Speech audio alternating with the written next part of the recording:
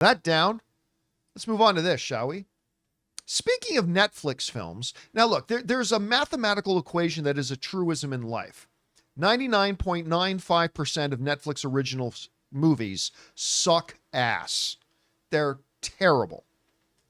But every once in a while, one of the 50 movies they put out every month ends up actually being pretty good.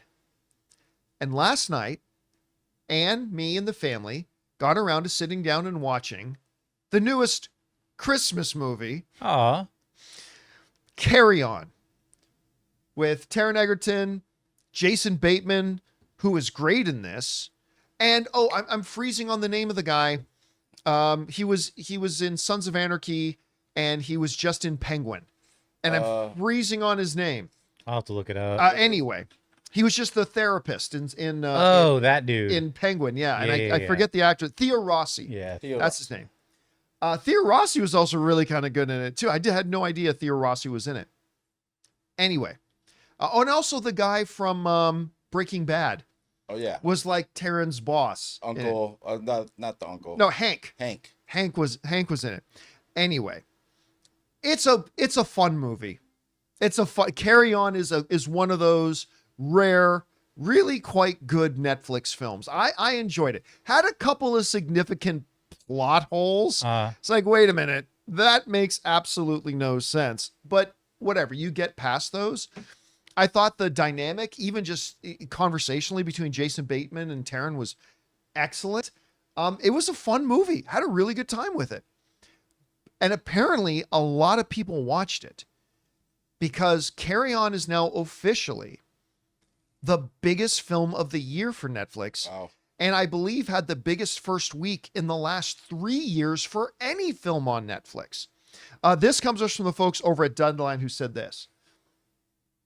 Carry On, a film about traveling through the airport at Christmas, that's not really what the movie's about, is on course to break into Netflix top 10 films of all time. The thriller, which stars Taron Egerton, Jason Bateman, and Sophia Carson, bested its performance last week by adding another 55 million views on top of last week's 42 million number. It remains number one on Netflix's weekly film charts, having already become Netflix's biggest launch of a film this year. So you know what? Good on them.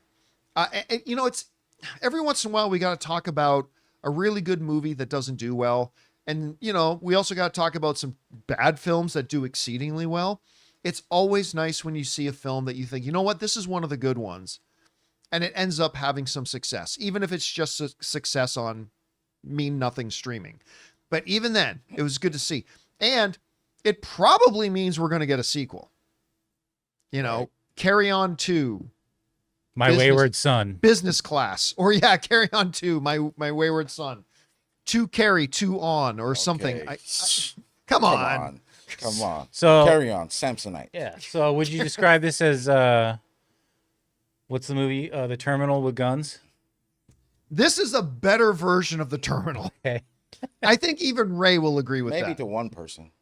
But no, come on. You like the film, They're different movies. Are you really comparing Terminal? Different movies. Come on. This guy, both of them I like. Let's just say that. But give your thing. What did you think about the movie? I thought it was very there was a lot of tension there. I mean, there was moments where this guy had to make decisions right away. Yeah. Sometimes when you're put in a position where you have to give an answer right away without thinking of all the consequences, I hate making decisions like that. And so I could feel that when things are on the line that he cares about, it makes it a tense movie for real. The relationships that could break in a moment because of those decisions are crazy. Because you know what I mean? He had to do some things that he's not normally doing. I mean, was it his first day on the job? That's the only part that I missed, John. Do you remember if it was his first day? It wasn't his first day working for the TSA. It was his first day getting his own line that he gets to run the line. Oh, okay. Yeah, see, because it was a little rowdy when the movie started, so I didn't get a lot of those details. But when I did jump in, I loved it. It was really good. I thought it did its job, or what it was supposed to do, which was make you feel tense. It was a thriller. It's a great Netflix And it's funny movie. in places. It's funny in places. The one thing I'll say though is this: I have a bit of a hard time with this. Not just Carry On, a lot of different movies and TV shows, because you guys know, if you saw the trailer, it reveals in the trailer that, hey, Jason Bateman's telling him, I got a guy coming with something in a suitcase. You're going to let it go through and get on the plane, or else we're going to kill your girlfriend. Right? That's in the trailer. They reveal all that in the trailer. That's not nice.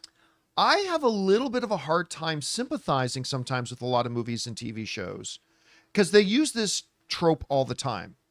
It's like, oh, let this thing happen or we'll kill your friend.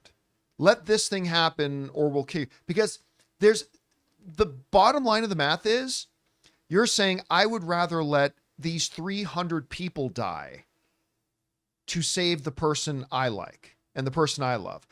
And I'm not saying that's not a very human thing. I'm not saying I wouldn't do the same thing if I found myself in that same situation.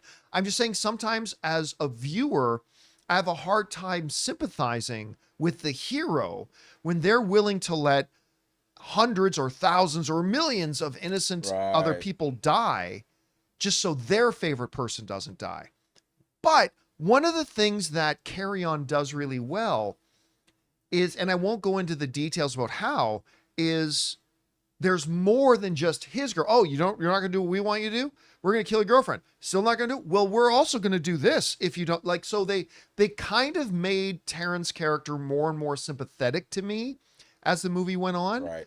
And so I don't know if it's a matter of the movie was really good or if it's a matter of it's a Christmas time movie. It's not a Christmas movie. It's a Christmas time movie happening and coming out around Christmas. I don't know what it is, but Right. I mean, it struck a chord with a lot of people wanted to check it out. The trailers were quite good. So the marketing was solid, something that Netflix rarely does well.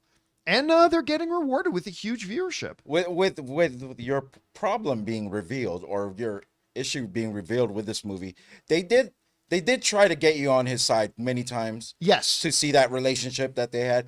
It all reminds me, if anyone's played Life is Strange, there's a decision at the end that reminds me of what your dilemma with this movie was. If you guys have played it, you guys know what I'm talking about. It's crazy how that connects for me. I don't know. Yeah. So again, hey, I call out Netflix on their crap all the time. So you got to give credit where it's due. This is one of their good ones. They marketed it well, something they rarely do, and they are getting to enjoy big success with it. So good on them. Guys, question is for you. Did you guys have a chance to see Carry On Netflix? If so, what did you think? And are you surprised that it's the biggest film that Netflix has had this year?